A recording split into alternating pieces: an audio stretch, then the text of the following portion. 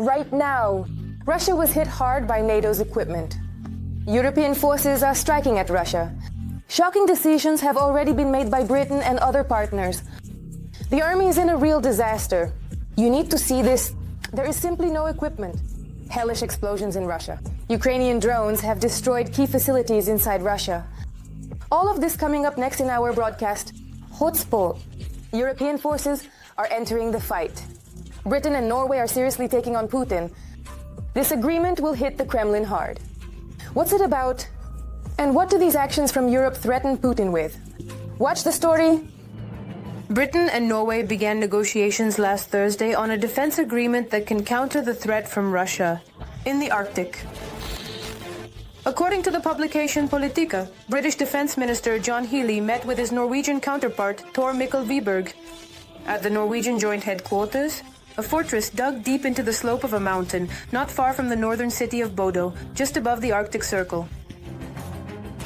Britain is determined to play a leading role in European security, supporting the foundations of our safety and prosperity at home, and showing our adversaries that we are united in our resolve to protect our interests. Norway remains one of Britain's most important allies. We will create a new era of defense partnership that will bring us closer than ever before as we tackle growing threats, strengthen NATO, and enhance our security. In the far north,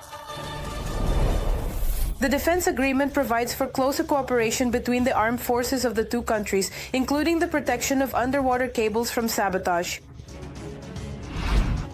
After Moscow's full-scale invasion of Ukraine in 2022, ships heading to or from Russian ports were suspected of severing key links in European infrastructure, whether accidentally or through sabotage, especially in the Baltic Sea. Russia's Arctic potential, military potential, greatly exceeds the potential of those countries, other countries, primarily NATO countries that are in the Arctic basin. So, of course, we need to strengthen both investments and increase the armed formations, that fleet, those submarines, or the coastal fleet that is located there, because otherwise it's important to understand that this is a very significant region. Healey's visit followed the entry of a Russian spy ship into British waters in January and November of last year. Last month, the defense minister informed Parliament that the vessel was used for gathering intelligence and mapping the critically important underwater infrastructure in the UK before it headed to the North Sea. Especially in the Arctic. Russia has nothing to seize, but a serious military presence. Threatens everyone. Why? Because actually, the shortest route from Russia to the United States goes right through the Arctic. For ballistic missiles. So, of course, the Arctic region is important. Russian nuclear submarines are on constant duty in the Arctic, which complicates the global security situation. After all, as we know, Russia cannot be trusted. And it has proven this more than once. Putin's Russia, it threatens the whole world. Don't think that all threats are limited. The Ukrainian theater of operations, and Putin needs 4 regions that he recorded in the Russian constitution. Of course not. Putin needs control, at least over part of Eastern Europe, not just over the former Soviet republics, but even more. Uplifting music. Global warming, which facilitates oil extraction as well as military presence, is drawing Putin to the Arctic. And here's what such passion could lead to. Let's discuss it in the studio. While the new US administration enthusiastically organizes global talks to end the war between Russia and Ukraine, European partners are seriously concerned about the issue of substantial and reliable security guarantees for Ukrainians. The White House agrees that the security of Ukraine should primarily be the responsibility of European countries. What should these guarantees be like so that they don't end up being as useless as the infamous Budapest Memorandum? There are 2 fundamental positions. The first position is that it is extremely important for us to ensure that Russia does not have the ability to attack Ukraine in the future. Because such conditions will persist, and we understand that such risks will be present. For a long time, And in this context, the development of a formula for either the country's accession to NATO or the deployment of foreign troops on Ukrainian territory, troops, weapons, forces, and resources to support us. In the near future, Ukraine will not be able to join NATO, and the North Atlantic Alliance will not be able to deploy its troops as a peacekeeping contingent along the line of demarcation. Russia categorically disagrees with this. The option of deploying troops from certain European countries is quite a likely scenario, military analysts say. The only possible option for deploying peacekeepers, I want to emphasize again, is bilateral agreements between Ukraine and the countries, and with each individual country. But again, there's one nuance here, Article 17 of the Constitution of Ukraine, which prohibits deployment and such of the state territory of Ukraine. And accordingly, the deployment of peacekeepers means permanent dislocation points. That is, these are the bases.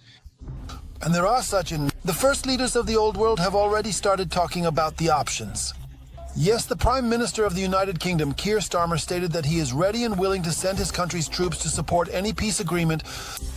But it also means the readiness and willingness to contribute to ensure Ukraine's security guarantees. We need to deploy our own troops on the ground, if necessary. I'm not saying this lightly. I feel a deep sense of responsibility regarding the potential threat to British servicemen.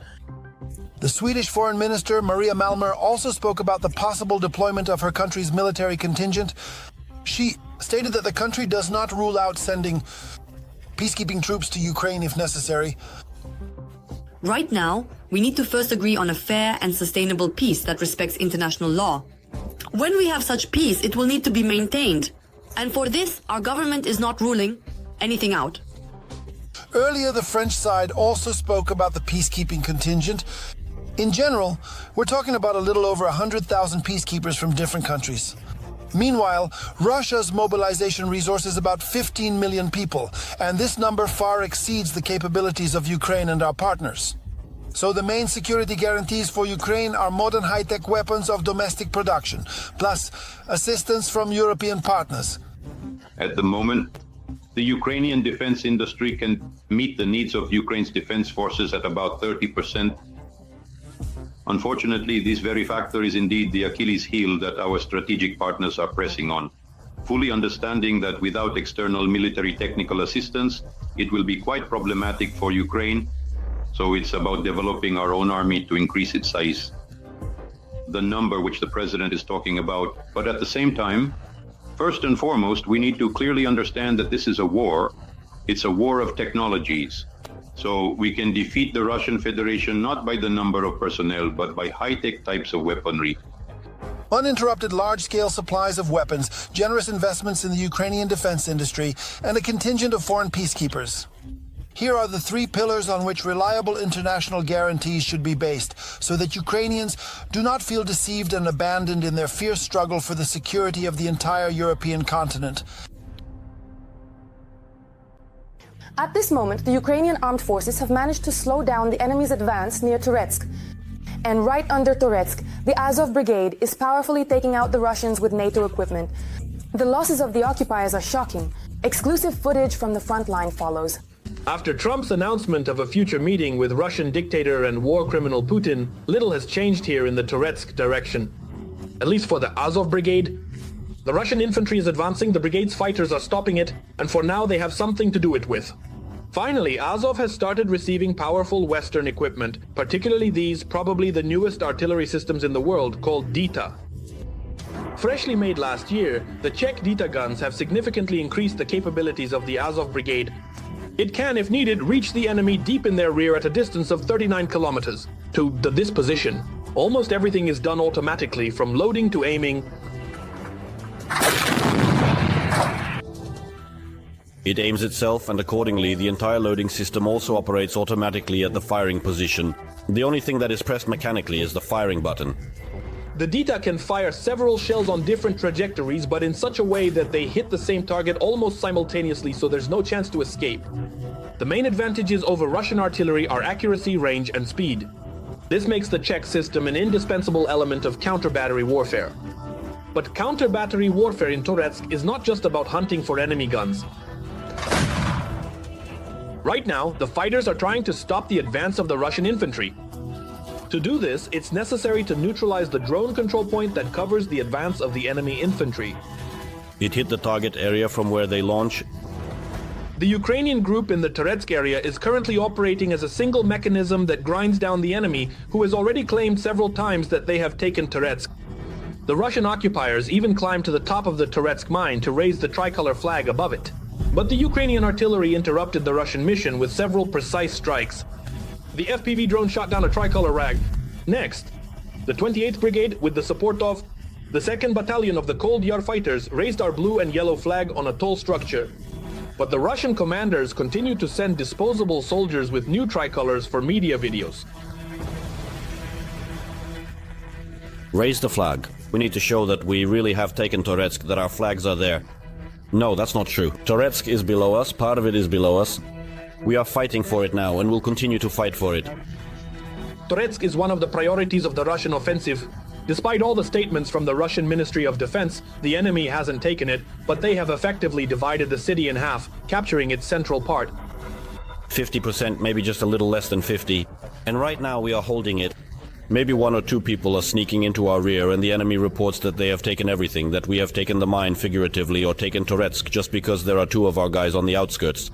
But we are currently in the center, and the fact that 2 people have slipped through is temporary. We will kill them no matter what, if not tomorrow, then the day after, but that's 100%. In small groups, the occupiers are trying to infiltrate between the positions of the Ukrainian forces in the Toretsk area.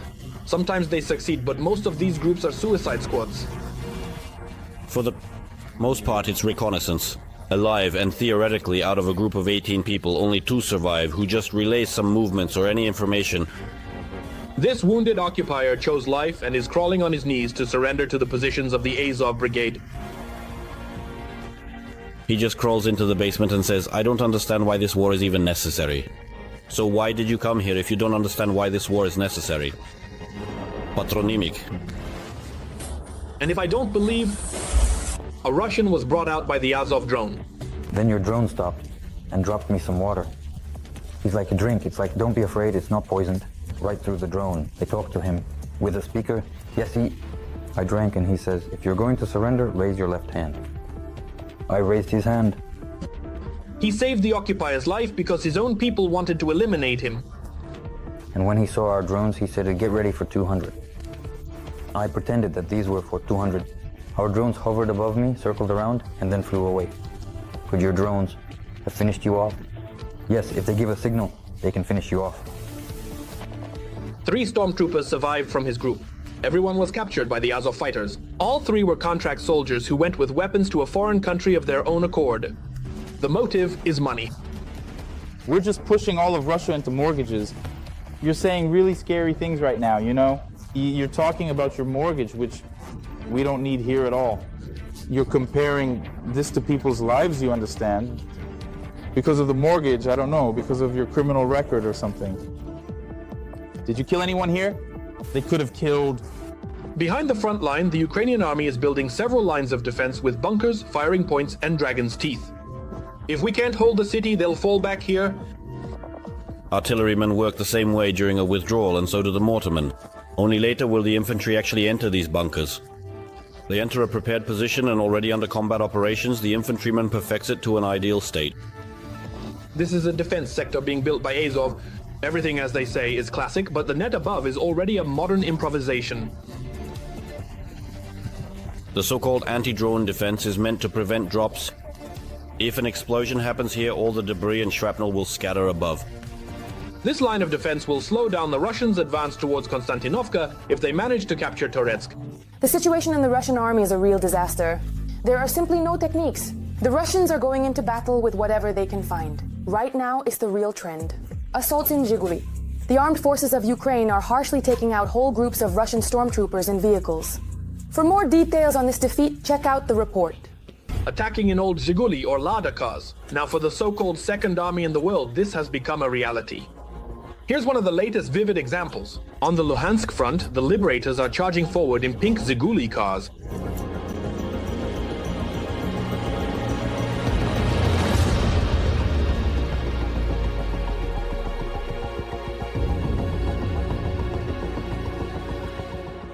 The stocks of military equipment among the Russians are rapidly depleting and they cannot be replenished. Therefore, the only solution is the civilian automotive industry. Lada cars, not just the Zhiguli models, but also the slightly more powerful Nivas, have started to appear in large numbers in Russian assault units as the stocks of armored vehicles began to deplete significantly a few months ago. The reasons for such losses are the Ukrainian drones, which are conducting a real hunt on the front lines as soon as even one Russian tank appears. According to the Russian side, Ukraine has total superiority in FPV drones. This is what allows the Ukrainian defense forces to neutralize the numerical advantage of the enemy in heavy armored vehicles. In a scene from the publication of the American edition Forbes, it is claimed that the use of Zhiguli by the Russian army could become a turning point. When last fall, the first Russian assault groups got into their Zhiguli and set off on almost suicidal attacks. In the drone-patrolled no-man's land in eastern Ukraine, the Zhiguli attacks could be written off as isolated incidents carried out by the most desperate and out-of-equipment Russian units. It's no longer realistic to paint such a rosy picture of the Russian army's mechanization efforts. With losses of armored vehicles and other heavy equipment exceeding 15,000, Zhiguli attacks are becoming more common. The losses of armored vehicles in the Russian army are approximately 6,000 units per year. Previously, the Kremlin replenished these losses by unearthing Soviet-era equipment, but now there is almost none left, as these stocks are not limitless. The Russian Federation currently has the ability to produce heavy armored vehicles up to 200 units per year. But considering the losses on the front lines, these figures are minimal and don't even address tactical levels. The task of the occupying army in Ukraine. Therefore, the Russian defense industry at this moment, the priority is not on production, but rather on the restoration of armored vehicles. It should be noted that these are mostly old tanks. These are... Of course, the assaults of 2025 are different from the assaults at the beginning of the full-scale invasion, since the occupier realized that large mechanized breakthroughs lead only to significant losses in equipment and personnel. But the attacks on the Zhigulis also indicate that the Russian army is reaching a critical point in terms of restoring its equipment. The normalization of attacks on Ladas is a clear sign that this turning point has been crossed. With each day of Russia's increasingly large-scale war in Ukraine, the Russians will have less and less armored vehicles, and they will increasingly rely on compact vehicles to deliver troops into battle. Going into an attack in a Zhiguli is clearly a one-way ticket. And does this lucky ticket, you think, make the Russian soldier feel fortunate? That's for him to decide. Wow. In Russia, hellish explosions have been heard. Everything is on fire. Ukrainian drones have smashed the enemy's oil refinery to pieces. As a result, the Russian army is already critically short fuel right now. Exclusive footage from Russia. The Russian army has lost over 20,000 soldiers in Belogorovka, Chasiv Yar, and Toretsk in the Donetsk region from April 2024 to February 2025. Of these, thousands are irretrievable losses. Such data is provided by analysts from the Deep State Project, and such a reduction in personnel could force the enemy to prioritize their offensive operations. The resources are not what they used to be. Unfortunately, for the second year in a row, affecting the implementation of strategic offensive operations. And that's why they are forced to, well, prioritize their actions accordingly. We are seeing this both in Kherson and on the Eastern Front, particularly in this Pokrovsk direction. But they haven't given up on their plans yet. Meanwhile, in the Lyman direction, the Russian army attacked near the settlements of Ivanovka, Yampolovka, and in the Serebryansky forest. Ukrainian defenders also repelled Russian assaults in the area of Vasyukivka, Stupachki, and Belyagora on the Kramatorsk bridgehead. And at the hottest Pokrovsk direction, the invaders were desperately trying to break through the defense. In Novotoretsky, Yelizavetovka, Promen, Novo-Alexandrovka, Andreevka, and Ulakli, the Russian occupiers also carried out airstrikes on Mirolyubivka, Zverovo, and Pokrovsk. No, there are no longer, so to speak, such rates of advancement and task completion, including, of course, it's crucial for them to cut off the logistical road to Konstantinovka. Overall, we are managing to hold our ground in this direction as well. For now, the positions. So, the situation with Pokrovsk and its surroundings talks about the fact that we need to stay strong despite the gravity of the situation for the defense forces of Ukraine to remain highly professional and motivated. And when it becomes possible to count this, there is the effectiveness of conducting combat operations.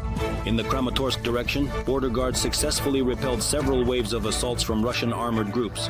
This was reported by the Operational Strategic Group of Troops, Khortytsia.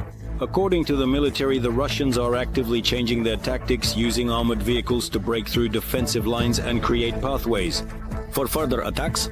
However, the pilots of the reconnaissance strike drone systems Phoenix from the Revenge Brigade delivered precise strikes against the infantry. To the enemy's weaponry and armored vehicles, the remaining equipment was blown up in the minefield. Thus, tanks, infantry fighting vehicles, and other armored vehicles were destroyed. Ukrainian defenders also demonstrated how they repelled the Russian assault on the village of Lazovaya in the Kupiansk direction. The Russian soldiers attempted an offensive in the evening, hoping to approach unnoticed in the dark. However, the warriors of the 429th Separate Drone Regiment, the Achilles, together with the National Guard soldiers of the 1st Presidential Brigade Burovi and the paratroopers of the 77th Air Assault Brigade, timely detected and burned Russian equipment, specifically destroying 4 enemy BMPs along with their crews. And near Volchansk in the Kharkiv region, drone operators from the Guard Brigade delivered precise strikes on the enemy's positions during one of their sorties. Ukrainian defenders destroyed an observation post, the firing position, the drone launch point, a fuel and lubricants depot, as well as several bunkers and trench lines of the Russian occupiers. At the same time, the invaders are experiencing fuel problems on the left bank of the Kherson region. That's why the enemy's howitzers are turning into easy targets, reported the partisan movement ATEK. Agents recorded a fuel shortage in the 144th Motorized Rifle Regiment of the Russian Federation. The artillery installations so are filled with summer diesel fuel, which is why the equipment cannot perform combat tasks. Russia doesn't understand the problem, but they are unable to resolve it quickly, the partisans note. Novochakhtinsk, oil refinery. Tuapse, oil refinery. The Druzhba oil pipeline. This is far from a complete list of oil refining industry facilities in the Russian Federation that have been targeted. Ukrainian drones and missiles in 2024. In the past year, there were over 80 attacks on oil refining facilities and fuel depots located in Russia, annexed Crimea, and the occupied territories of Ukraine. Since the beginning of 2025, the armed forces of Ukraine have attacked at least 27 fuel and energy facilities in 16 regions of Russia. The most strikes on oil refineries were in the Krasnodar region, with at least 5 shellings. Targets were also hit in Bryansk, Belgorod, Nizhny Novgorod, Smolensk, Volgograd, Rostov, Kaluga, Saratov, Ryazan, Oryol, Voronezh, Astrakhan, Samara. In the Tula region and the Republic of Tatarstan, both oil refineries that supply fuel for Russian military equipment and plants that provide fuel for the domestic market have come under attack. The important economic factor from the strikes on Russian oil refineries was also noted by Ukrainian President Volodymyr Zelensky. For every $2 invested in our long-range capabilities, we are already inflicting $10 in losses on Russia. This is the necessary dynamic. Russia needs to feel the cost of war in order to truly desire peace. A series of drone attacks have led to unscheduled equipment repairs amid Western technology sanctions. Just last year, attacks by Ukrainian drones brought production at Russian oil refineries down to a 12-year low. In 2025, the number of raids has only increased, and this will lead to an even greater decline. According to the Russian Federation itself, the Nizhny Novgorod region oil refinery suspended production after drone strikes by the main intelligence directorate of the Ministry of Defense. A similar fate has befallen the Ryazan oil refinery, which, by the way, is located just 200 kilometers from the Russian capital. It supplied fuel and lubricants, not only to the Russian army, but also primarily to the capital region. The Ukrainian side can have a significant impact not only on the economic potential of the Russian Federation, but also, first and foremost, disrupt the logistics of the occupying forces. In addition to the economic attack, there is also a psychological impact harbored on the oil refineries. Russians see the war not just on TV as something far away, but right next to them, right under their homes. On the night of Wednesday, February 19th, Ukrainian drones seriously damaged the Syzran oil refinery. The operation of the plant that produced fuel, aviation kerosene, and bitumen, which played an important role in supplying the Russian army, has been suspended indefinitely. Veterans of the so-called special military operation, returning from the front, pose a deadly threat to Russia. The country is on the brink of large-scale epidemics of hepatitis and HIV, which are rapidly spreading among the military and transitioning into civilian society. How has the war affected the situation? Why are the authorities silent? What consequences await the Russian population? Watch the story. New gifts for relatives and loved ones from the Russian occupiers. At the beginning of the full-scale invasion, soldiers were sending home stolen washing machines, clothes, and household appliances from Ukrainian homes. Now, returning on leave or after being wounded, soldiers are bringing back items from the front in large numbers. Hepatitis, HIV, and AIDS. The absolute number of people diagnosed with HIV infection remains the highest in the European region of the World Health Organization and one of the highest in the world. In Russia, this diagnosis effectively closes all doors for a person. HIV-positive individuals are not wanted for jobs, they are denied mortgage loans, and are effectively written off from all accounts. And if it's practically impossible to find a decent job with an infectious diagnosis like hepatitis, the army will take you without any hesitation. And plus, after they started paying such huge sums for signing the contract,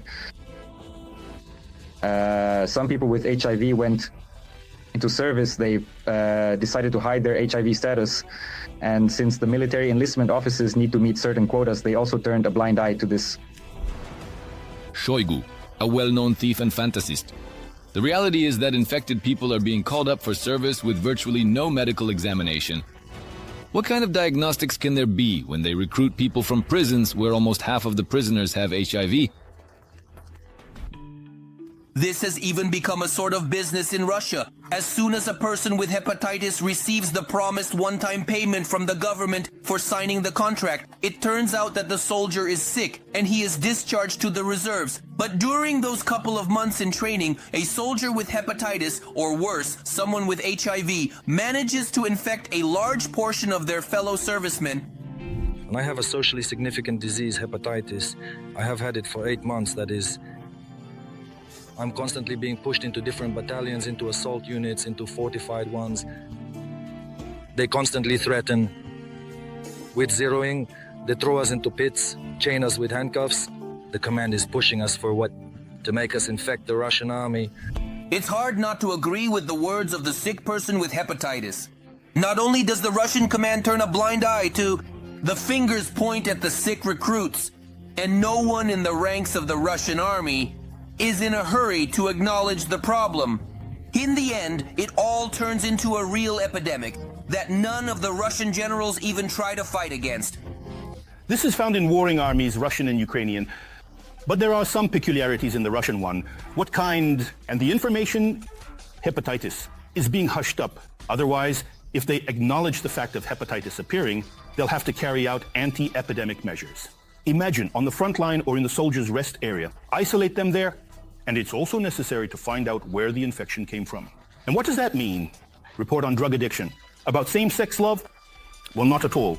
The most that soldiers with hepatitis and AIDS can expect in the Russian army is a couple of weeks in a hospital bed at the nearest hospital, where they, again, reinfect everyone they can. I earned money in Moscow. Hepatitis and osteomyelitis. Right now I need help. Along with the troops, hepatitis went into battle. To be more precise, 5 hepatitis brigades. On the outside, healthy soldiers returning home may harbor a deadly threat within. Unaware of their condition, these patients continue to spread the virus, already in civilian life, among family, friends, and acquaintances with whom they come into contact.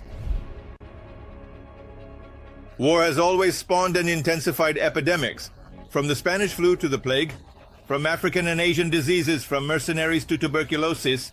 The SMO has become a deadly cauldron of infections from all over the world. On top of that, Russian doctors complain that after the start of the SMO, the government has completely abandoned most programs for the prevention of hepatitis, HIV, and AIDS. And since recently, the budget has been heavily redirected towards military needs. Of course, this couldn't help but affect the social sphere, particularly in healthcare. And so, in particular, in the area of HIV infection, we see such a disparity, and there's also the instability. In recent years, the Kremlin hasn't been very attentive to the vaccination of its own citizens. Vaccination campaigns have largely fallen apart, and there are no imported vaccines. There is only the vaccine material. Russian ones, they're not always of good quality. As a result, the chances of contracting hepatitis or a much more exotic and deadly disease from the SMO participants in Russia are increasing every day.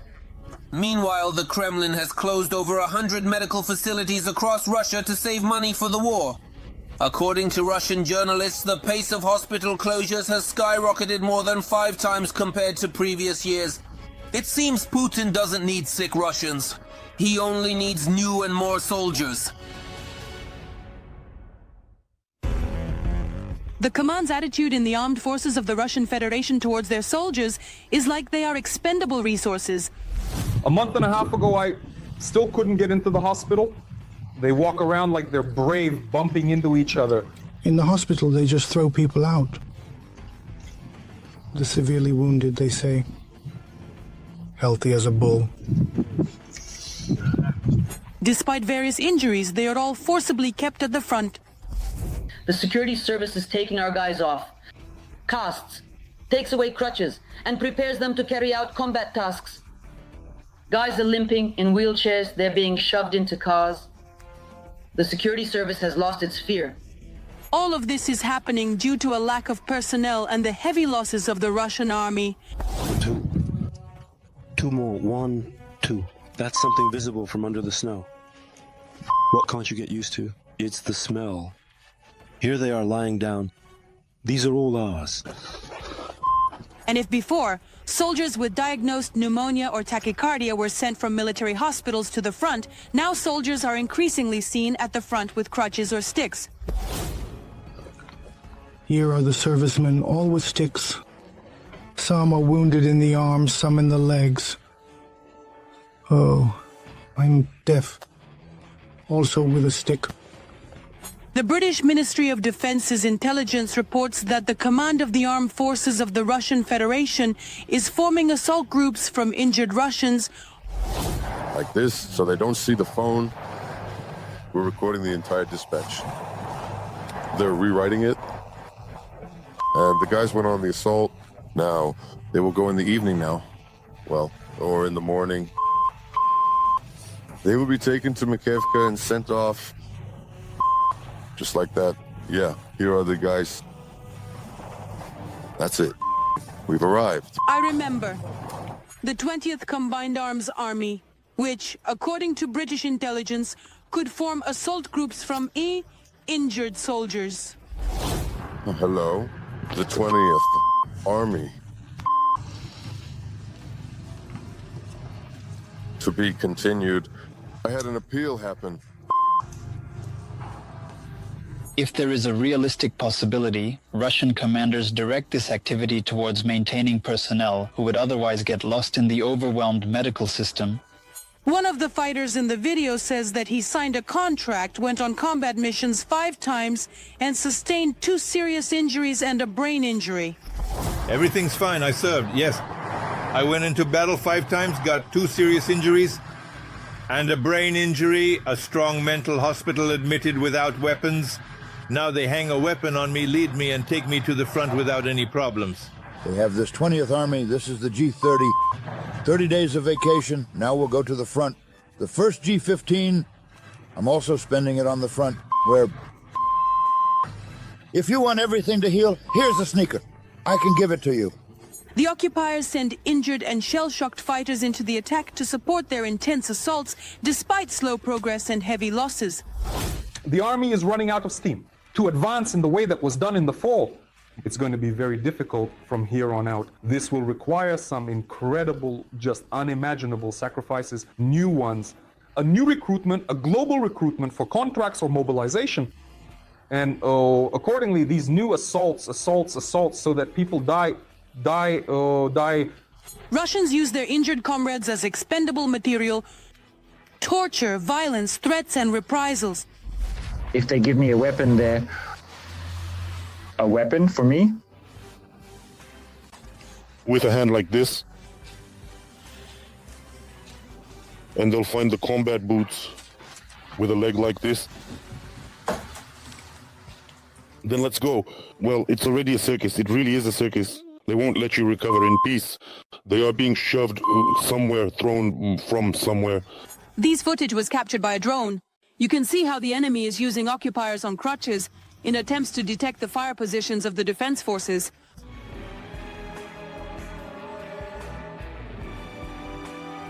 The updated report states that 840,000 Russian soldiers have already been wounded or killed. About 400,000 are in need of treatment in medical facilities outside the combat zone. Just yesterday, 50 people left. 50 people. Today, we will return one wounded person in very serious condition. 200. Out of 50 people, 49 were all 201, 300. Out of 30 guys, only 2 are alive, and they're both in serious condition. These are confirmed facts and have resonated across the internet. In this part, there are a large number of casualties, so-called 300s. And this is a storm with serious injuries. Back to battle. They have been deprived of the opportunity to recover. They are not treated at all. So absolutely nothing. So they treat them, they just bandage them up. Exactly. There is no proper incubation for them. In short, that is, the procedures they are supposed to carry out. The occupiers also complain about the lack of proper medical assistance in special facilities located further from the front line. Basically, this anthracite, so the hospital we are currently in looks kind of like a prison. So, as I explained, there are 110 people at MTZ, 1 toilet, constant lines for bandaging, lines without pain relief. They are poking around, crawling. The relationships are terrible. The medical burden falls back on the military units, where they don't treat but rather mutilate. On TV, they beat and tortured soldiers with injuries using a taser who they want to send back to the front.